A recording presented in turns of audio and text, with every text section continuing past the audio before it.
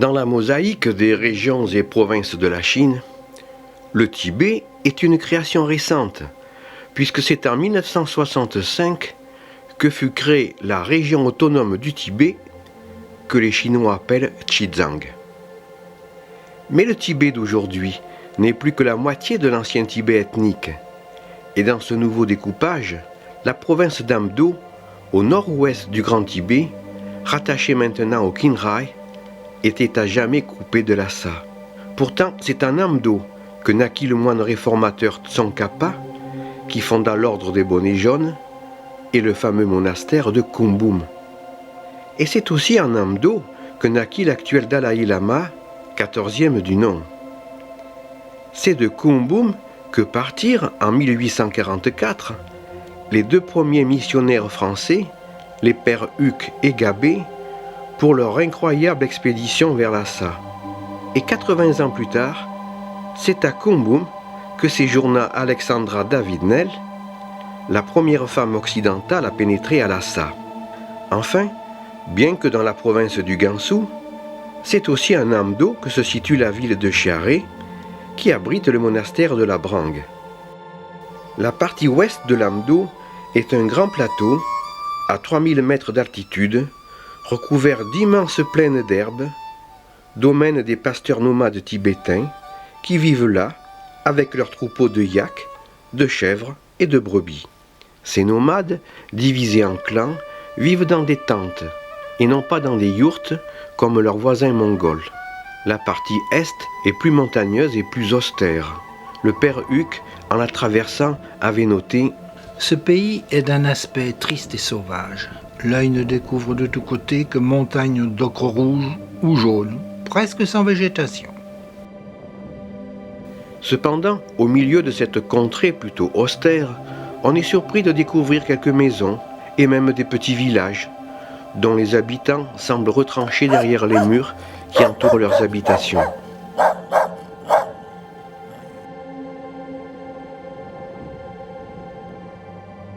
Ici, on ne survit que grâce aux petits troupeaux qui errent sur les montagnes avoisinantes.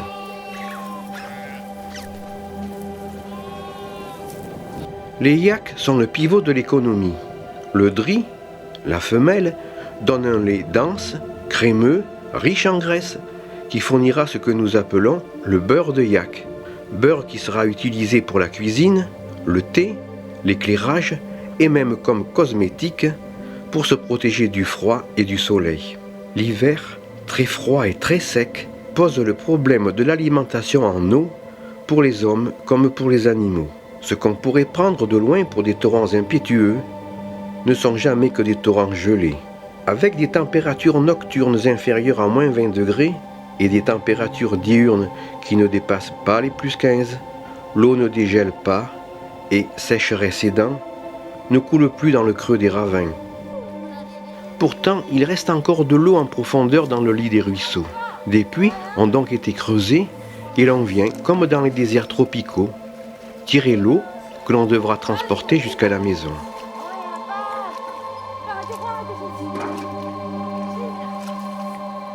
Il est curieux de noter que pays chaud ou pays froid, ce sont toujours les femmes qui assument les corvées d'eau.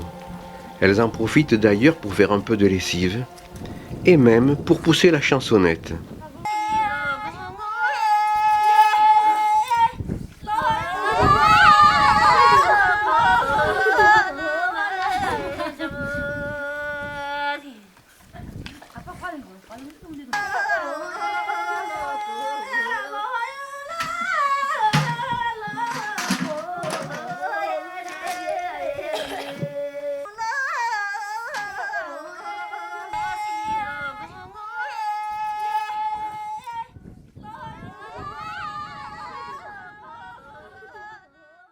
Les traditions bon peu chamaniques, pré-bouddhiques, sont encore très vivaces. Les montagnes sont placées sous la protection d'esprits dont on demande les bienfaits par ces faisceaux couverts de drapeaux de prière, le vent diffusant aux hommes la bonne parole. De grandes flèches, fichées dans le sol, servent à garantir la prospérité par l'intermédiaire de leurs empennes aux couleurs des 5 éléments. Ces flèches sont plantées au cours de cérémonies où l'on jette des milliers de petits carrés de papiers imprimés du précieux cheval, symbole de l'abandon de tout ce qui est négatif et de la parfaite adoption de ce qui est positif pour son karma. À cette occasion, on fait aussi exploser des centaines de pétards pour chasser les mauvais esprits. Des offrandes votives sont aussi utilisées dans les anfractuosités le long des chemins. Ce sont les tsatsa, moulages d'argile de Bouddha ou de miniatures de Shorten.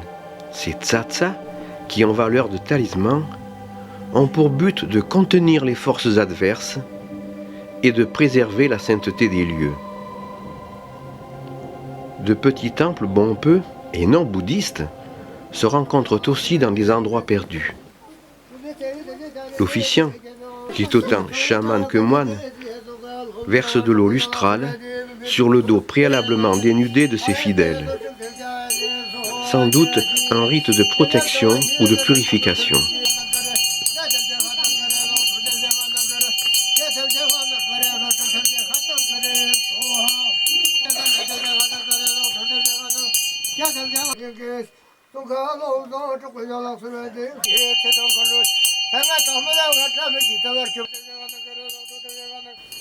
C'est dans cet environnement, pour le moins austère, que se situe le vieux village de Charé. Bien qu'au croisement des cultures chinoises, mongoles, musulmanes et tibétaines, Charé est essentiellement un village tibétain avec ses constructions à 3 plats. Les demeures sont construites à l'intérieur d'un enclos dont les pièces d'habitation, sur 1 ou 2 niveaux, sont toujours orientées plein sud pour profiter au maximum du soleil. Charé est le dernier témoin oriental de la culture tibétaine. Le village est dominé par un couvent de nonnes bouddhistes avec leurs habitations. Bien que relativement important, il ne se visite pas.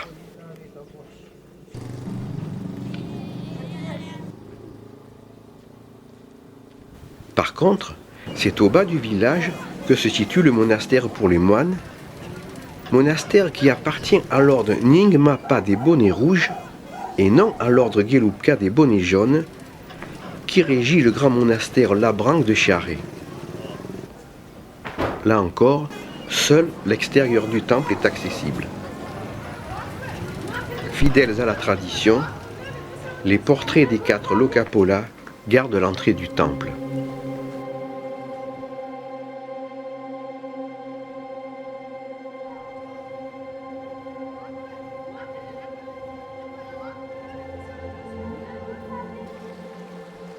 À côté du temple, et assez inattendu, un petit théâtre de plein air. Enfin, en contrebas, coule la rivière d'Ashia, dont l'eau rejoindra, bien plus loin, le fleuve jaune.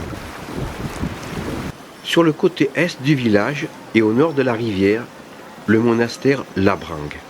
Fondé en 1709 par un moine d'un village voisin, Labrang est, par sa surface, le plus grand monastère bouddhiste tibétain après Lhasa. Il couvre une surface supérieure à 50 terrains de football. Dominé par les 5 étages du temple de Maitreya, le monastère abrite toute une série d'imposants bâtiments qui, dans leur grande majorité, ont dû être reconstruits ou restaurés après les destructions causées par la révolution culturelle dans les années 1960. Le monastère comprend de nombreux temples dédiés aux figures classiques du bouddhisme tibétain, ainsi que des bâtiments administratifs pour la gestion du monastère et de ses propriétés foncières.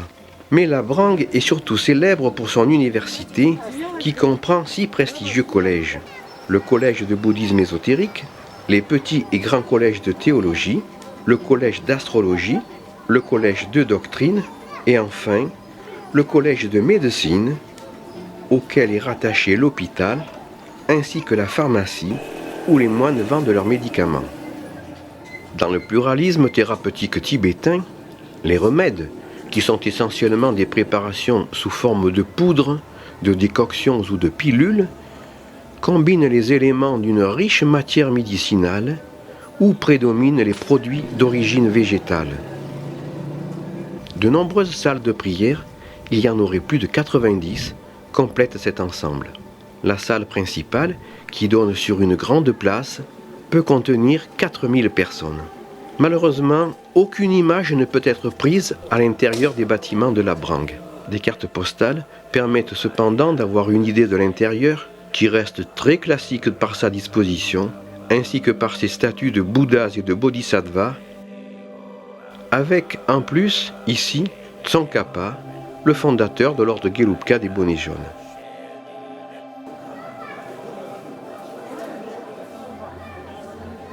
Dans la cour intérieure qui jouxte la grande salle de prière, la galerie occidentale abrite toute une série de portraits de Bouddha, dont les mains font des gestes particuliers appelés mudras.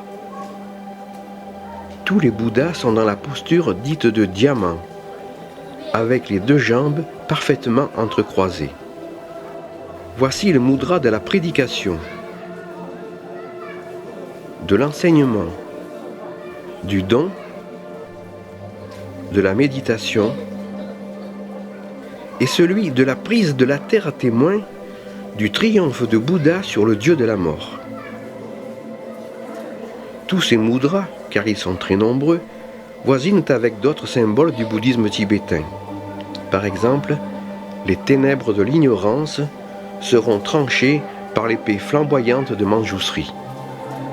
Un peu plus loin, le mandala de l'univers représente la vision du monde dans la cosmologie bouddhiste, tandis qu'à côté veillent les inévitables Lokapola, les gardiens de l'univers. Mais la Brangue, c'est peut-être avant tout cette étendue de construction formée par les habitations des moines, dont Alexandra d'Avinel disait « Une gompa, c'est-à-dire un monastère tibétain, est une véritable ville formée par un réseau de rues, d'allées et de places. » Elle aurait pu ajouter « et dont rien ne transparaît à l'extérieur pour le passant ». Vue du haut des collines, la conception de ces maisons est identique à celle des laïcs. Une cour centrale, les pièces d'habitation au nord, avec de grandes fenêtres orientées plein sud. À son apogée, c'est-à-dire au début du XXe siècle, le monastère abritait une population qui allait de 3000 à 5000 moines selon l'époque de l'année. De nos jours, le monastère ne compterait qu'un millier de moines. Il faut dire que, fermé suite à la révolution culturelle, il ne fut réouvert qu'en 1980 seulement. Samda Shemba vient de Mongolie. Il a 25 ans et doit rester encore 4 ans à la Brangue pour terminer ses études de théologie. Ensuite, il retournera vivre dans un monastère de son pays. Malheureusement, l'anglais de Samda Shemba est encore très limité car il ne l'apprend que depuis 3 mois, ce qui ne facilite pas la conversation malgré sa gentillesse et une volonté évidente de communication.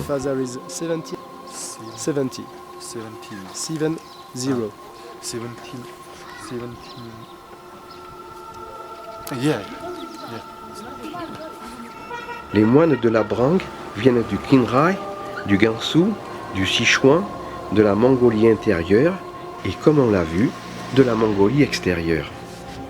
La Brangue a toujours eu et gardé d'excellentes relations avec la Mongolie. Le monastère a d'ailleurs été fondé en partenariat avec les Mongols, qui régnaient alors sur une partie de l'Amdo et qui protégeaient les Tibétains. Tous les moines ne sont pas des lamas. Dans notre monde occidental, on a tendance à appeler lama tout Tibétain qui porte l'habit religieux. Pourtant, seuls ont vraiment droit au titre de lama les Tulku, c'est-à-dire les réincarnés, les Khenpa, ceux qui sont placés à la tête des collèges des grands monastères, et les Geshe, ceux qui ont obtenu des grades universitaires particuliers. Tous les autres moines ne sont que des trapas, ce qui signifie étudiants ou disciples. Comme dans tout monastère, la vie des moines se répartit entre prière, études et travail, comme l'entretien des innombrables lampes qui brûlent dans les temples au pied des statues. Ces lampes, dont la flamme symbolise la lumière de la connaissance, qui dissipe les ténèbres de l'ignorance, étaient autrefois exclusivement alimentées par le fameux beurre de yak. Mais de nos jours, on trouve dans toute bonne épicerie des boîtes d'huile synthétique pour lampes de Bouddha ou des packs carton d'huiles à prière. Ici comme ailleurs, on n'arrête pas le progrès. Certains moines ne passent pas tout leur temps dans le monastère. Ils se retirent pour méditer dans ces ermitages à flanc de montagne au-dessus du monastère. Très inconfortable, on ne peut ni s'y tenir debout, ni s'y allonger. En hiver, les ermitages sont vides, les moines ne pouvant résister aux très basses températures, malgré la technique du Tummo, le réchauffement du corps sous l'action de la volonté.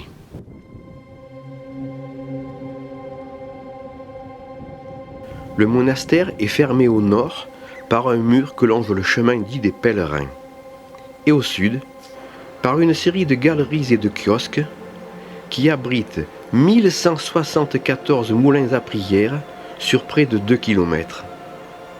La rotation de ces moulins diffuse dans l'air les mantras, c'est-à-dire les syllabes sacrées qui y sont peintes, et qui servent à évoquer une divinité particulière dont on demande l'intercession. Peints en caractères sanscrits et non tibétains, la brangue ne semble connaître que le mantra des 10 tout-puissants. Om Am Ksha Ma, La Va Ra Ya Fat. Le mantra de Kalachakra, celui qui purifie l'esprit de la haine, de l'avidité, de la jalousie et de l'orgueil. Mantra qui peut d'ailleurs s'écrire sous forme condensée, très utilisé en décoration. Entre les galeries, des kiosques abritent de très gros moulins à prière, mais toujours avec le même mantra. Les porches d'entrée des bâtiments officiels sont encore en phase de restauration pour certains, car beaucoup ont été endommagés lors de la révolution culturelle.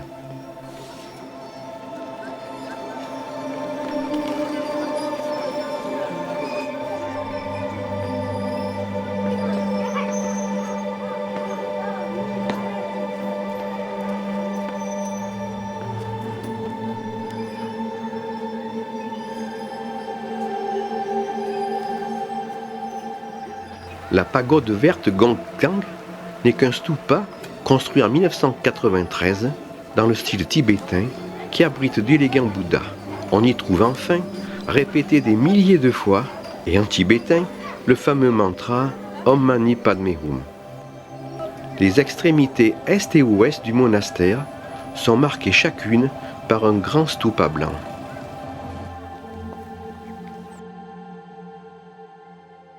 La grande fête de Monglam, entre le 13e et le 17e jour de la première lune du calendrier tibétain, va rompre la quiétude de Charré.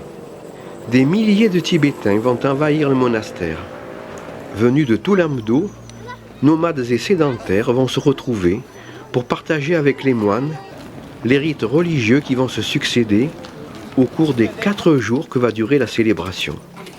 Et pour fêter l'événement, tout le monde s'est paré de ses plus beaux atours. Les masques ne servent qu'à se protéger de la poussière et surtout du froid.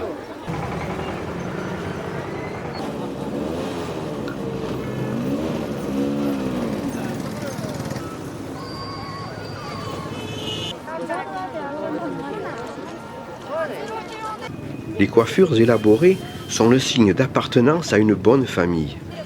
Les boules d'ambre jaune, avec leurs perles de corail rouge portées sur les cheveux, indiquent que la jeune femme cherche un mari. Les bijoux, qui vont des pièces de monnaie aux cabochons d'argent ciselé, font partie du patrimoine familial et seront intégrés à la dot de la jeune épouse. Les coiffures sont toujours faites de 108 tresses, car le Kanjur, la doctrine de Bouddha, est imprimée au Tibet sur 108 volumes.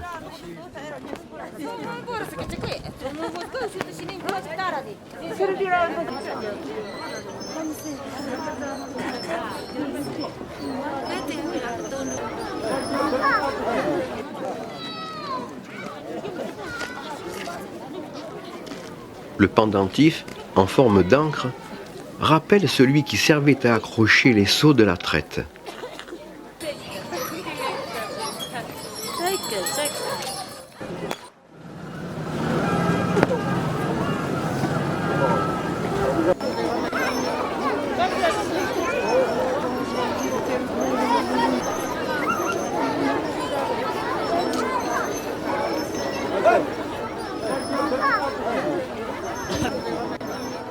Les hommes ne sont pas en reste pour les parures fourrées, et certains ont même parfois un renard entier enroulé autour de la tête. Les lourdes choubas, les tuniques en peau de mouton retournées et portées en diagonale pour laisser une épaule libre, ont leur col garni de peau de panthère des neiges. Une mode récente qui a décimé la faune de la région. On a du mal à imaginer que ces Goloks, dont le nom signifie déjà rebelles, étaient autrefois toujours qualifiés de féroces, car c'était eux qui pillaient les caravanes qui se rendaient de Lhasa à Pékin. Tous ces pèlerins vont accomplir leur premier devoir, la Kora, c'est-à-dire effectuer le tour du monastère dans le sens des aiguilles d'une montre, en faisant tourner les moulins à prière, eux aussi dans le même sens. Le sens des aiguilles d'une montre a été choisi car c'est celui de la rotation des astres, ce qui permet d'accroître l'intensité et la portée des mantras peints sur les moulins à prière, qui seront ainsi dits pour tous les êtres vivants dans tout l'univers.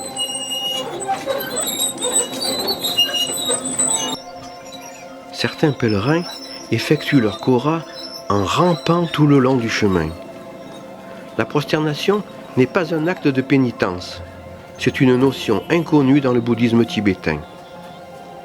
Ce n'est pas non plus un acte d'adoration, mais un hommage rendu à l'éveil, personnalisé par le Bouddha. Antidote de l'orgueil, la prosternation appelle la bénédiction de Bouddha pour que l'ignorance soit dissipée et que l'on puisse ainsi atteindre l'éveil. La prosternation permet aussi d'accumuler des mérites pour aboutir à l'illumination. Avant de se prosterner, le pèlerin doit joindre ses deux mains au-dessus de la tête en signe de respect pour le Bouddha, au niveau de la gorge pour le Dharma, l'enseignement du Bouddha, et au niveau du cœur pour la Sangha, la communauté de tous les bouddhistes.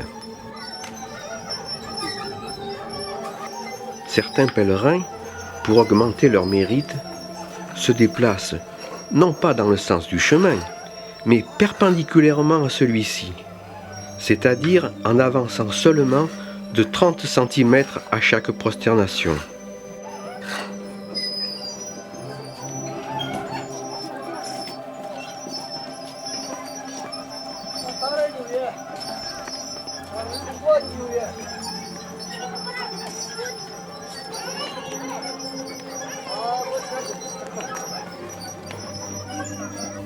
Les pèlerins ne se prosternent pas seulement lors de leur circambulation, mais devant tout ce qui peut incarner la qualité de Bouddha, un temple, comme le monastère.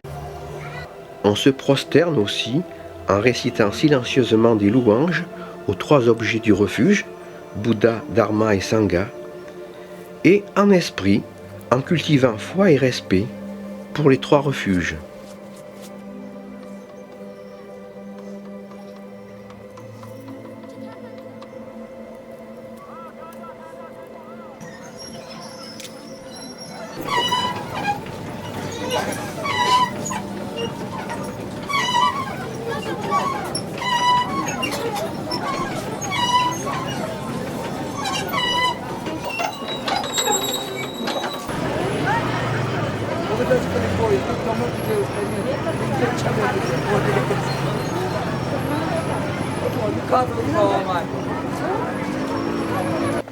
La Kora se continue au nord par le chemin dit des pèlerins, dont une grande partie surplombe le monastère.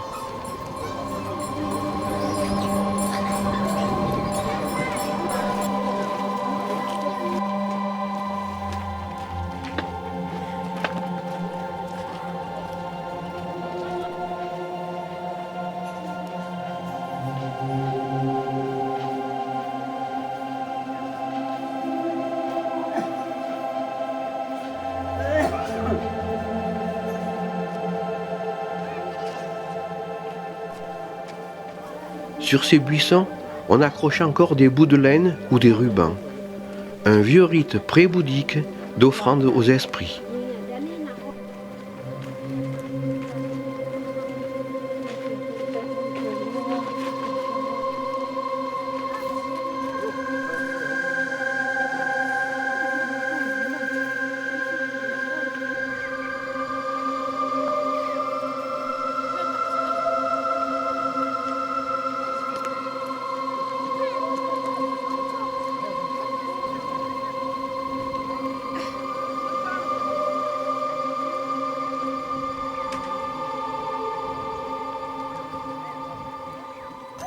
Les pèlerins prennent parfois un peu de repos, tout en récitant leur mantra sur leur chapelet à 108 grains, un grain par mantra.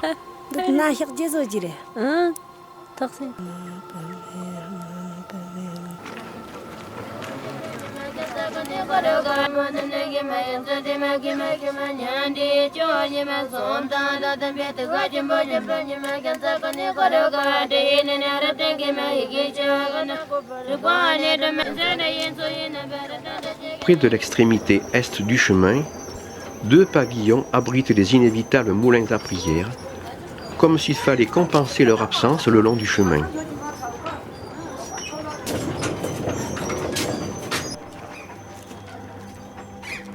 Le stupa marque la fin du circuit, mais il faudra encore le contourner en le gardant toujours sur sa droite.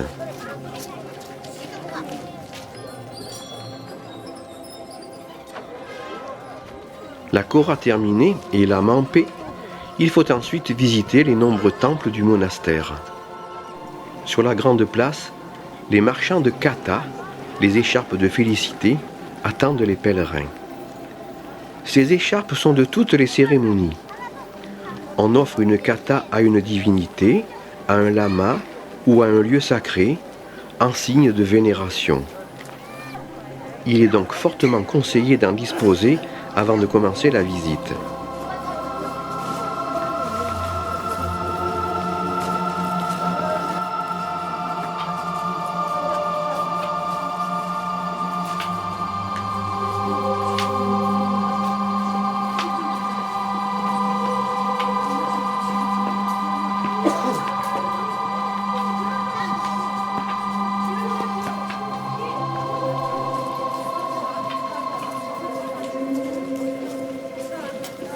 Les grandes fresques invitent les pèlerins à s'arrêter et à réfléchir, car ces œuvres ont toujours un caractère didactique. La roue de la vie décrit le samsara, le cycle sans fin des naissances et des morts. Dans le cercle central, les 3 poisons de la vie, le coq du désir, le serpent de la colère et le cochon de l'ignorance. Autour du cercle central, les sphères d'existence où l'on peut renaître. En haut, les 3 mondes supérieurs, celui des humains et des titans, et celui des dieux, car les dieux sont mortels dans le bouddhisme tibétain. En bas, les 3 mondes inférieurs, celui des animaux, celui des êtres avides et insatiables, et enfin l'enfer. À gauche, l'enfer du feu et de l'eau, au centre, l'enfer des supplices et des tourments, et à droite, l'enfer du froid. Tout cela sous les yeux de Yama, le seigneur de la mort, qui est toujours prêt à s'emparer de l'être humain qui voudrait atteindre le nirvana, afin de le ramener à nouveau dans le samsara, le cycle sans fin des renaissances.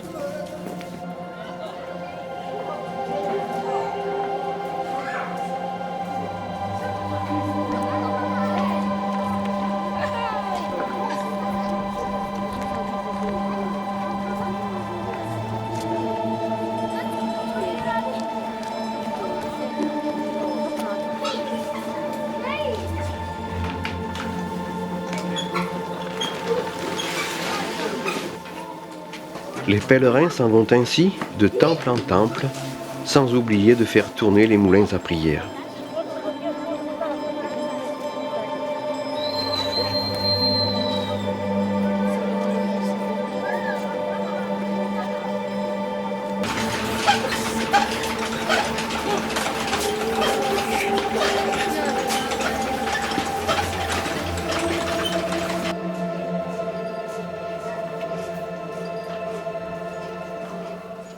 La pagode verte ne sera pas oubliée.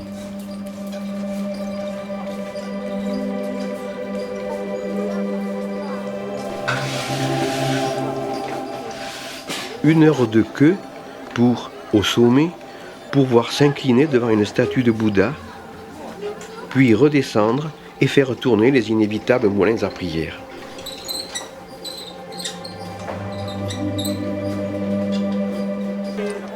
Et maintenant, place aux choses sérieuses. La grande prière a lieu en plein air, dans la cour des cérémonies, quel que soit le temps. De jeunes moines ont préparé le pavillon où siégera le supérieur des monastères ainsi que les lamas. Tôt le matin, moines et pèlerins commencent à arriver et à s'installer sous l'œil vigilant du gardien de discipline.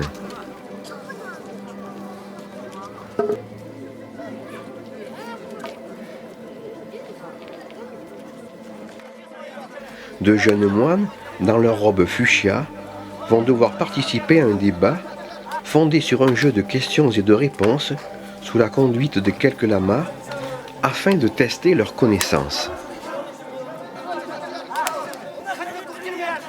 Débat philosophique où l'on doit faire assaut de connaissances et où gestes et claquements de mains servent d'appui à l'argumentation. La tradition veut que l'on tape dans la main pour donner la parole à son interlocuteur.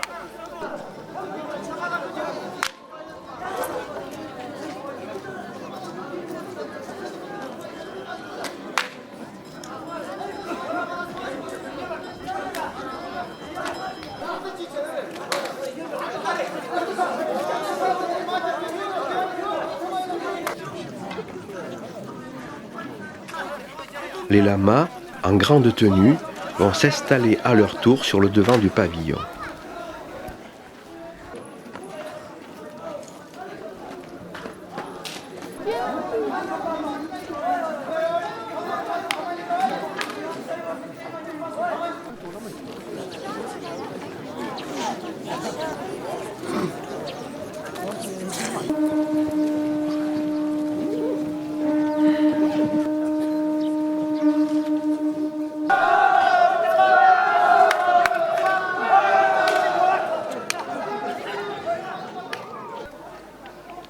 Les tests de connaissance des jeunes moines sont enfin terminés et les conques annoncent l'arrivée du grand lama, le supérieur du monastère, qui prendra place dans le pavillon face aux moines et aux pèlerins.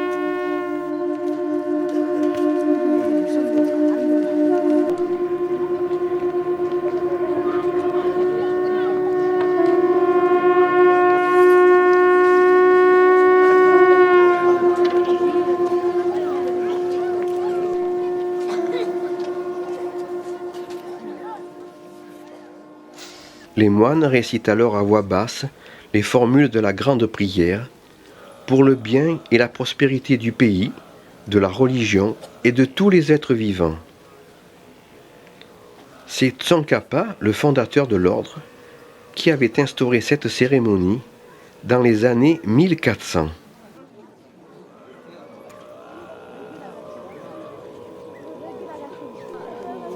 Les pèlerins participent eux aussi, et à leur manière, à la grande prière.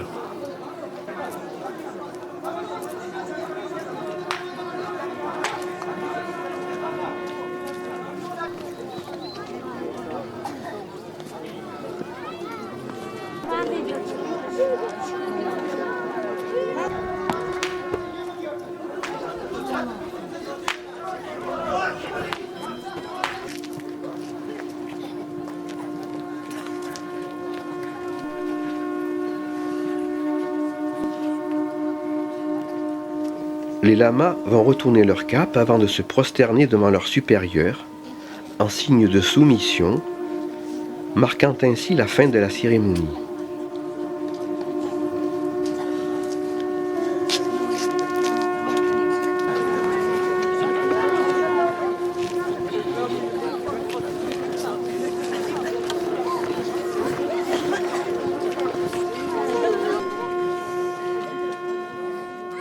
Le supérieur de la brangue est un grand personnage dans l'ordre Gelugpa des bonnets jaunes. Il est troisième en importance religieuse, derrière le Dalai Lama et le Panchen Lama. L'actuel chef de la Brang porte le bonnet des Geshe, les maîtres de l'ordre Gelugpa.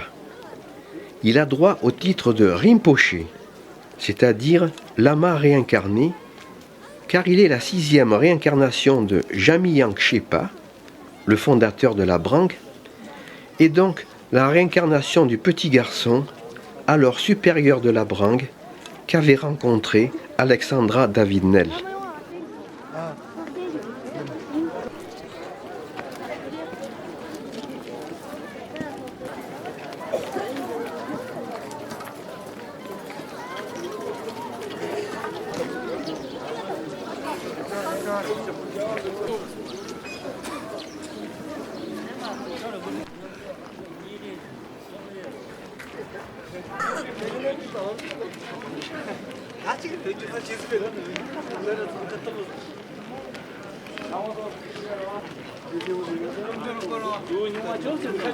Comme dans toutes les grandes fêtes, certains vont se retrouver autour d'un bon repas, dont un veau aura fait les frais.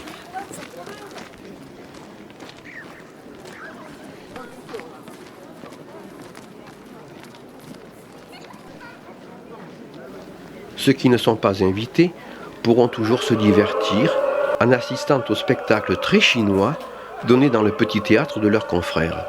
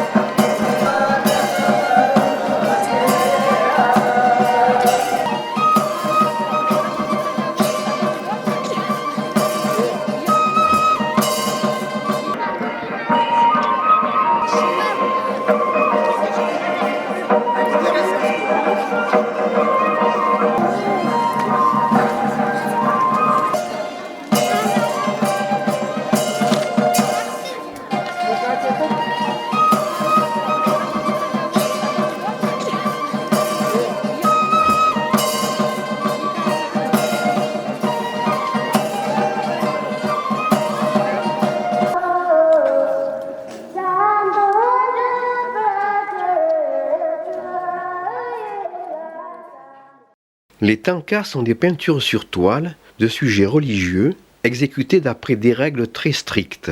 Elles servent d'aide à la méditation et sont utilisées à l'intérieur des temples comme des habitations privées. Mais certains monastères ont d'immenses tankas qui, à certaines occasions, sont offerts à la contemplation et à la vénération des fidèles. C'est le cas de la Brang, dont l'exposition de son grand tanka, de l'autre côté de la rivière, sur une aire construite spécialement à flanc de colline, marque le premier acte du festival. Précédés par des cavaliers, les moines portent le grand tanka roulé dans un tissu jaune, au sommet de l'aire d'exposition, d'où il sera déroulé.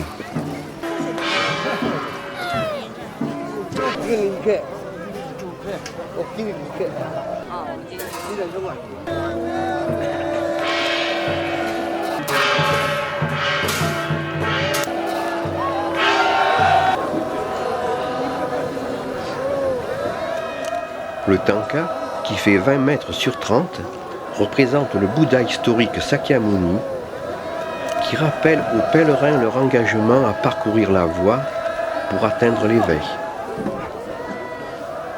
Le tanka est en lui-même un véritable objet de culte. Les pèlerins lui offrent des katas de soie pour acquérir des mérites nécessaires au progrès spirituel.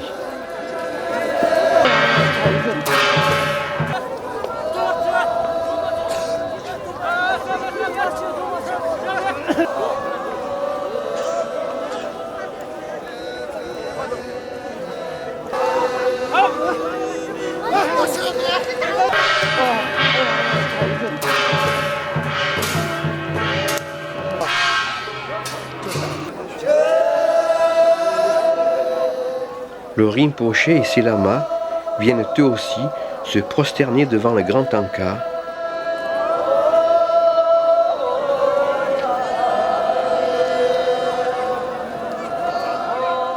et lui offrir une kata.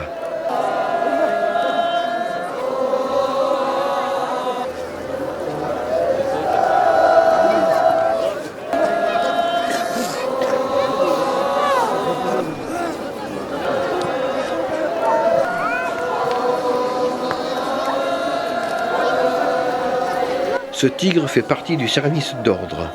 Il sert à repousser les pèlerins qui voudraient trop s'approcher des moines.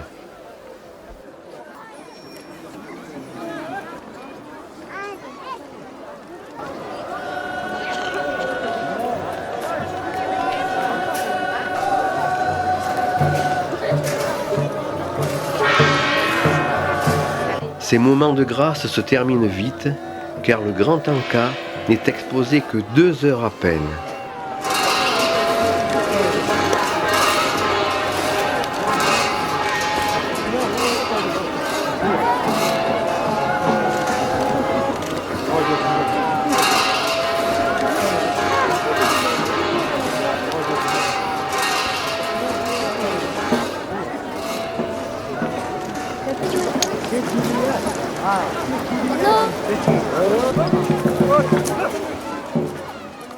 Roulé à nouveau dans son tissu doré comme un grand serpent, le Tanka est alors ramené en grande procession dans le temple qu'il abrite, où il restera entreposé pendant 1 an jusqu'à sa prochaine exposition.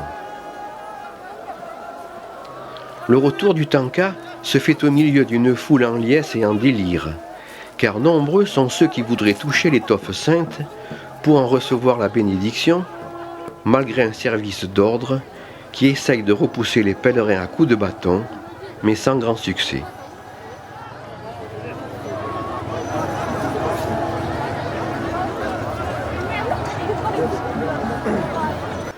Le reflux populaire accompagne la disparition du Bouddha sur tissu.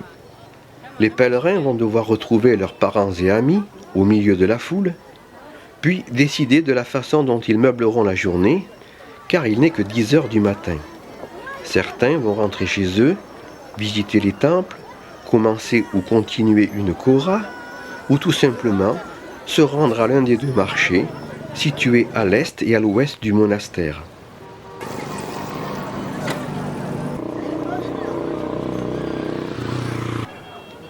Les marchands de kata n'attendront pas le client très longtemps. Il faut remplacer les katas engloutis sous le grand Tanka.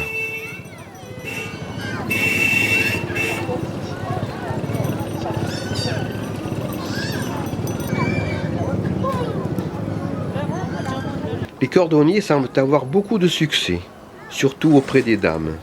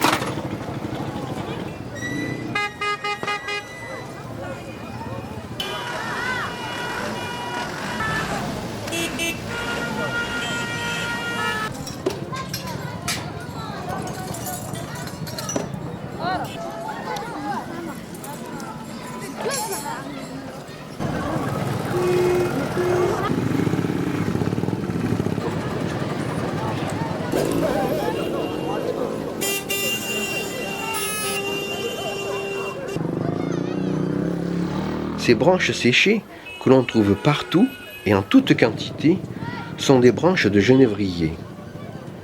Ici, on brûle le genévrier chez soi ou dans les cours des temples, dans des sortes de fours spéciaux, afin de purifier et de parfumer l'air, car le genévrier sent bon lorsqu'il se consume. Une sorte d'offrande odoriférante pour les esprits ou les divinités du panthéon bouddhiste tibétain.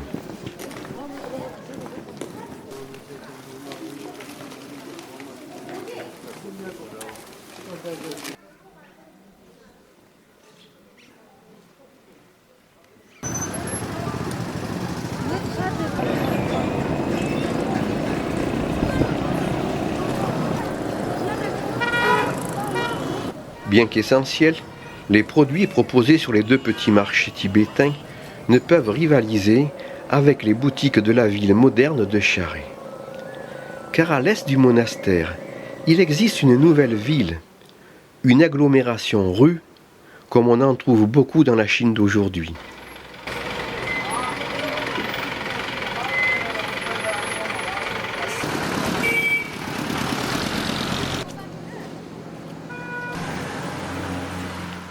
Ici, pas de Tibétains.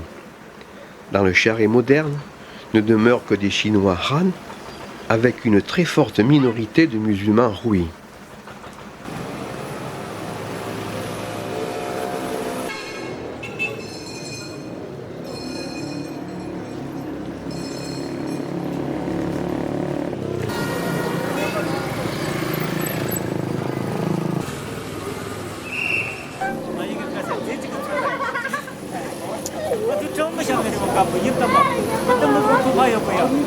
Les cornes de bovidés, comme dans tout l'Himalaya, sont des porte-bonheur.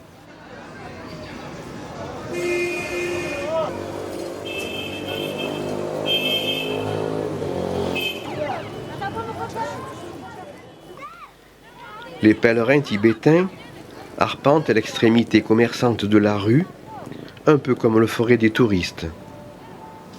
Beaucoup d'entre eux ne viennent à Charé qu'une fois par an.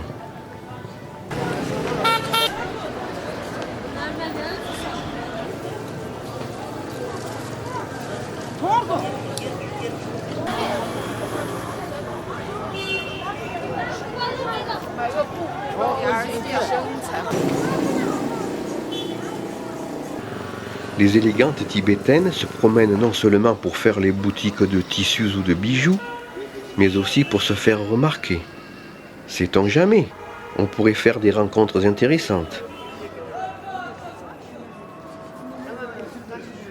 Les courses terminées, ou peut-être plus simplement la fatigue gagnant, les pèlerins pourront boire un thé dans les cafés situés au premier étage, tout en profitant de l'animation de la rue. Mais peut-être préféreront-ils un de ces petits cafés-restaurants-hôtels tibétains où l'on pourra se réchauffer, écouter de la musique, voir la télévision ou même jouer avec le propriétaire des lieux.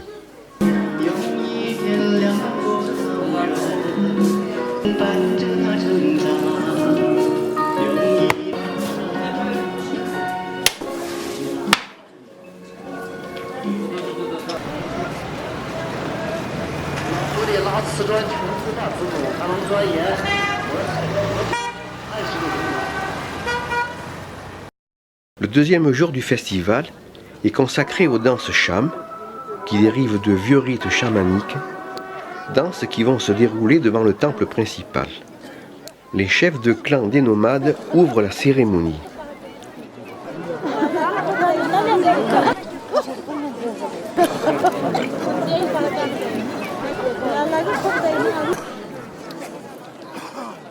Les pèlerins doivent être assis ou accroupis. Il ne fait pas bon se lever pour mieux voir.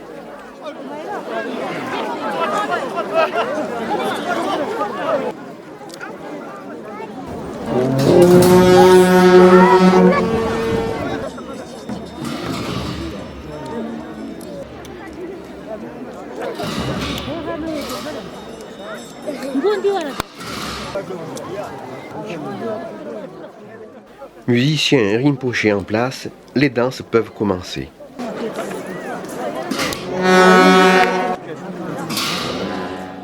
Ces jeunes moines portent des masques de squelette pour rappeler l'impermanence de toute chose, y compris la vie, et donc inciter les spectateurs à la vie spirituelle.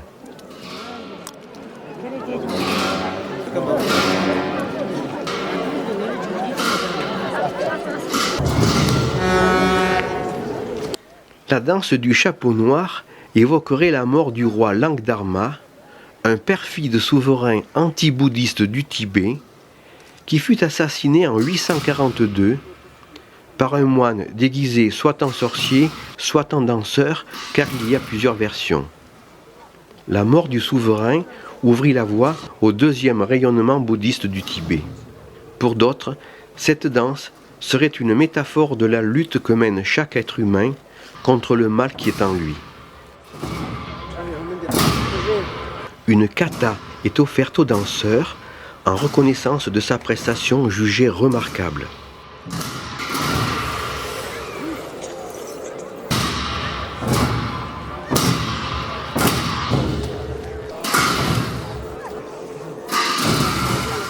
21 danseurs vont maintenant offrir leur danse aux déités paisibles et terribles afin qu'elles écartent les obstacles sur le chemin de la libération.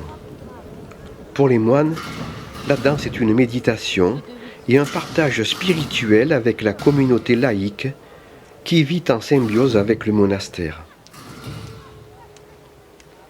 Ces danses à caractère répétitif, qui durent plusieurs heures, sont assez déconcertantes pour nous autres occidentaux. Ici, ce n'est pas la danse qui change, mais l'esprit du danseur.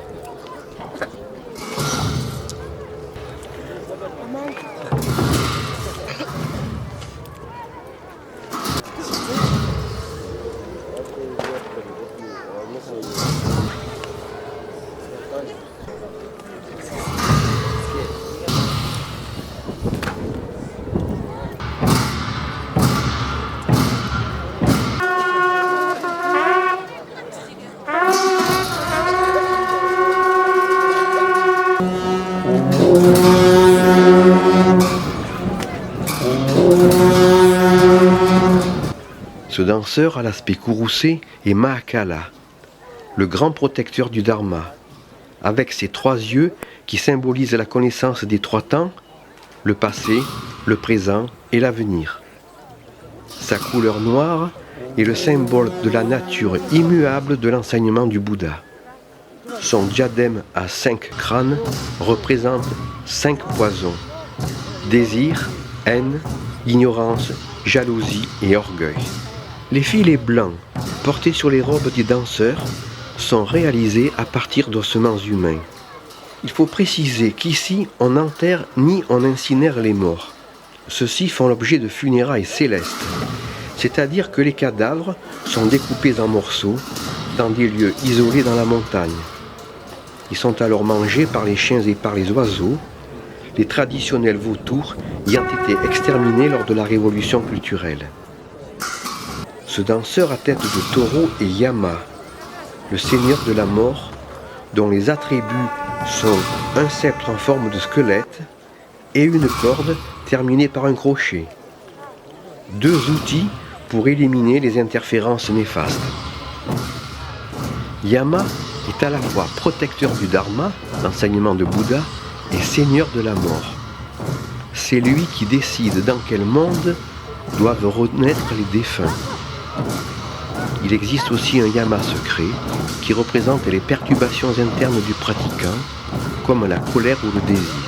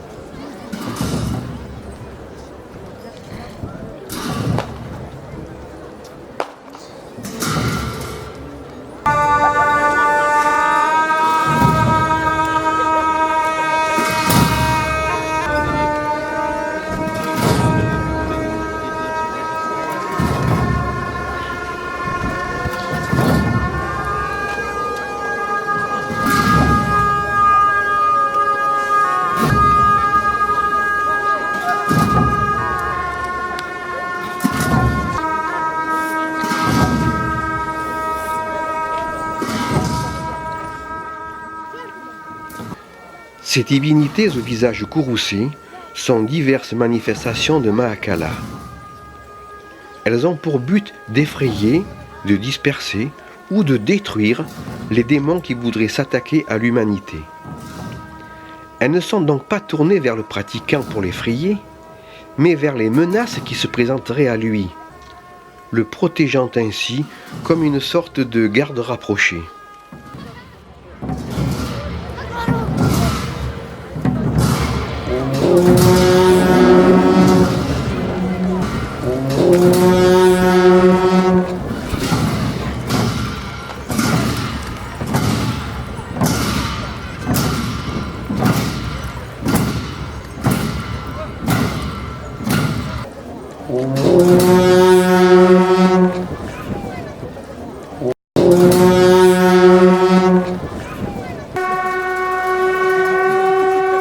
Ce moine, vu de dos, prépare une torma, offrande de beurre et de farine représentant le mal qui sera brûlé à la fin du chant.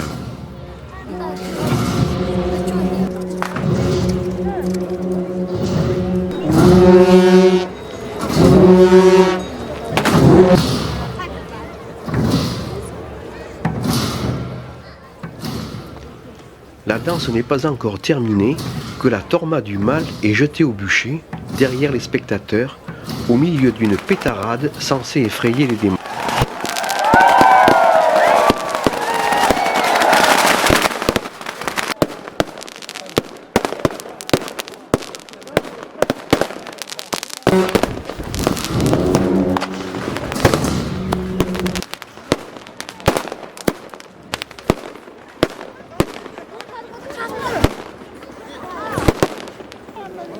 La destruction des esprits mauvais marque la fin du chant.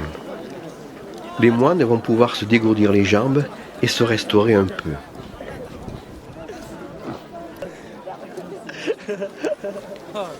Les longues trompes sont des dongshen, qui peuvent mesurer jusqu'à 5 mètres. Elles ne peuvent produire que 2 notes, mais leur son grave et très puissant. Télescopiques, elles peuvent être rangées sans difficulté.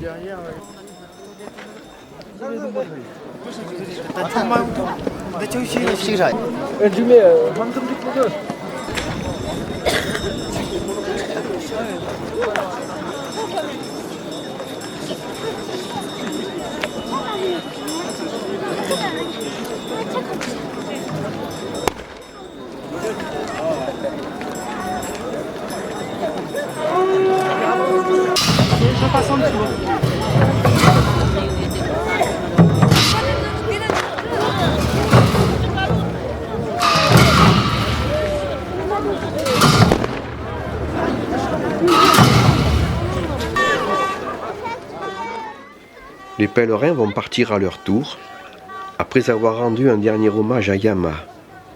Il est près de 18 h. Le cham avait commencé le matin à 10 h.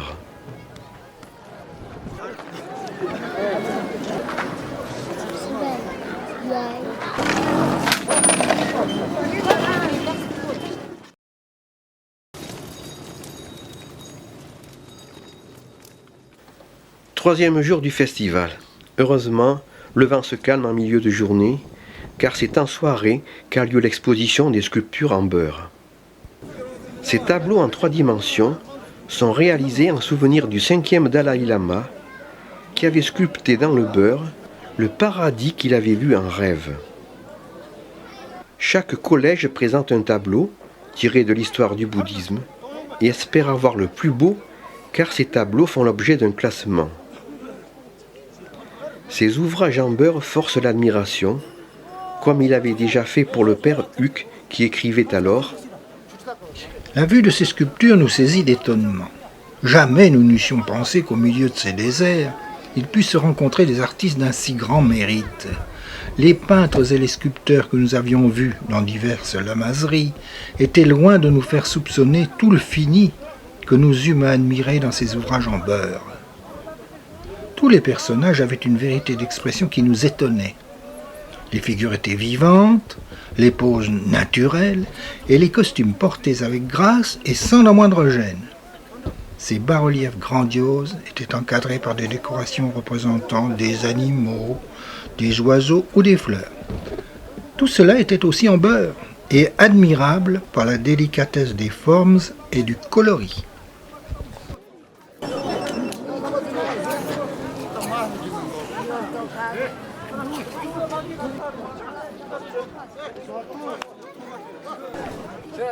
Trois mois sont employés à faire les préparatifs de ce singulier spectacle. 20 lamas, choisis parmi les artistes les plus célèbres de la lamaserie, sont journellement occupés à travailler le beurre, en tenant toujours les mains dans l'eau, de peur que la chaleur des doigts ne déforme l'ouvrage. Comme ces travaux se font en grande partie pendant les froids les plus rigoureux de l'hiver, ces artistes ont de grandes souffrances à endurer.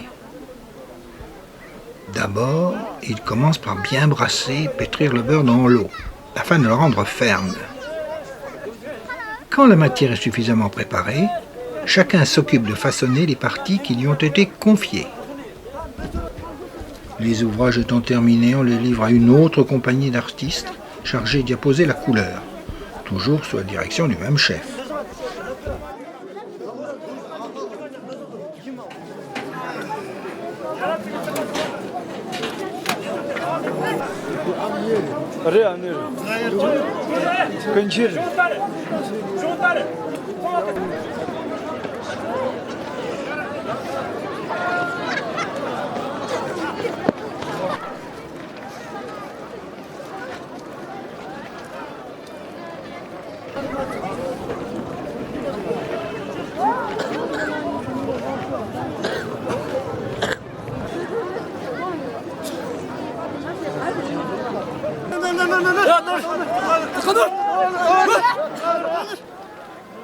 Le montage des tableaux terminé, la foule devra évacuer la place qui est alors réservée aux moines. Bien plus tard, seulement, les pèlerins seront autorisés à défiler devant ces chefs-d'œuvre en beurre.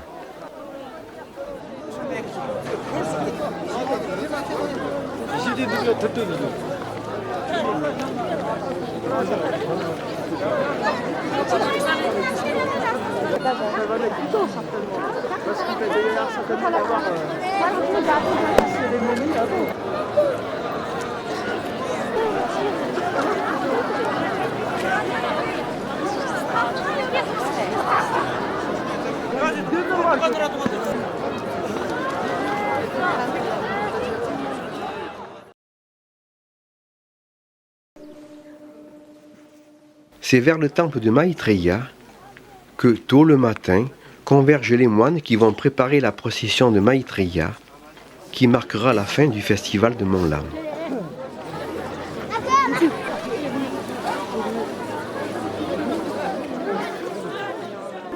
Les pèlerins attendent depuis un bon moment la sortie des masques et des statues de Maitreya, qui vont faire le tour du monastère en suivant le chemin de la Kora.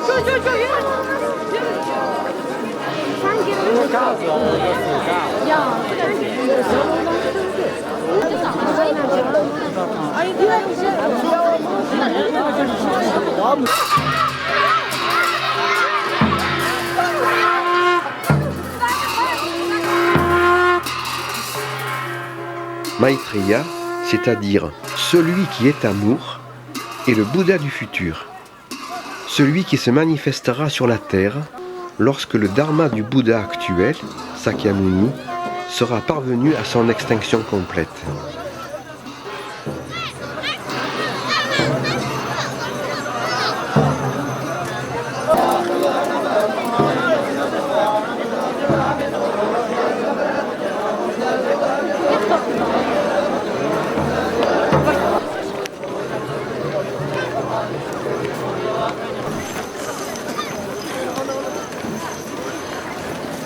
La procession fait une première halte au début de la rue qui mène au temple principal pour que les bienfaits de Maitreya descendent vers le monastère.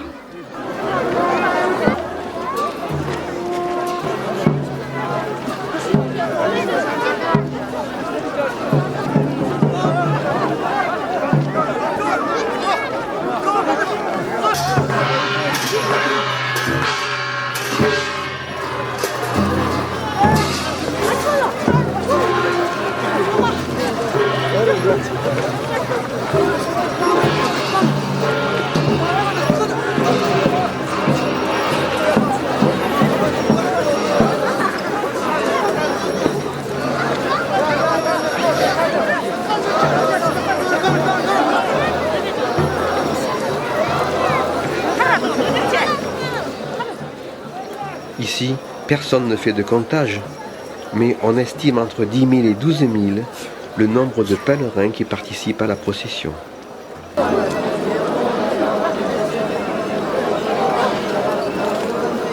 Deuxième halte, il faut que les porteurs reprennent un peu de force. On ne sait pas quand Maitreya viendra sur Terre. Les prophéties varient selon les textes entre 30 000 ans et 3 milliards d'années. Il devrait se manifester lorsque les océans auront perdu beaucoup de leur eau ou lorsque notre monde sera devenu un lieu de vie de vertu. Pour le moment, Maitreya, avec son corps resplendissant de lumière, demeure en Tusita, l'un des royaumes divins du monde du désir.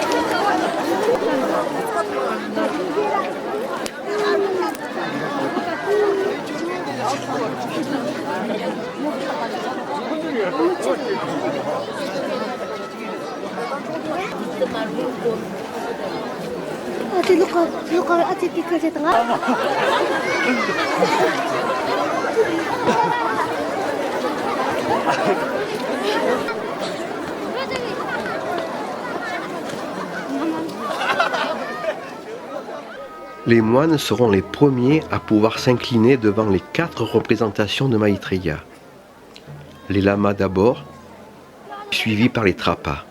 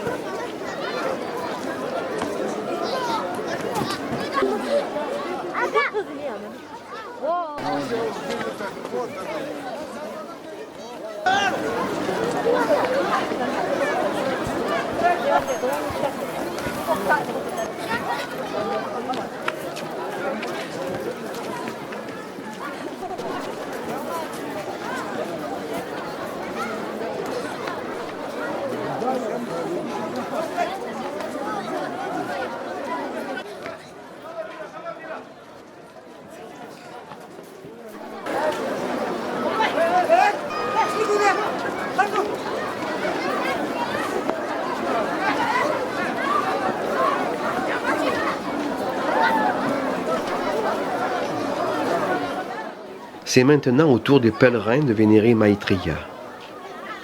Mais eux n'auront droit qu'aux 2 petites statues.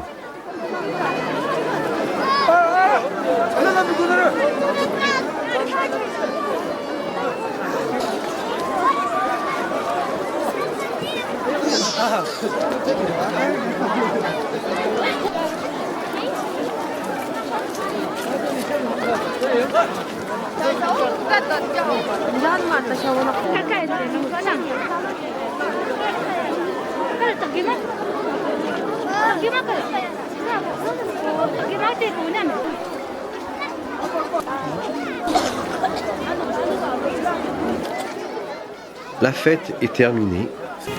Les pèlerins vont s'en retourner dans leur village, avec ou sans moyens de locomotion, mais riches des prières qu'ils ont offertes.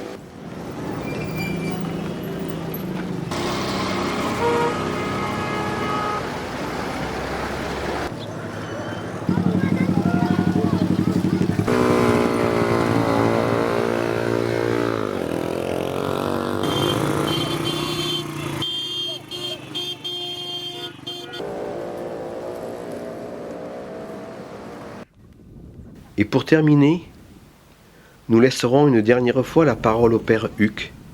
On voyait les pèlerins gravir à pas lents les sentiers sinueux de la montagne. Ils s'en allaient tous, la tête baissée et en silence. Car le cœur de l'homme peut porter si peu de joie en ce monde que le lendemain d'une belle fête est, ordinairement, un jour rempli d'amertume et de mélancolie.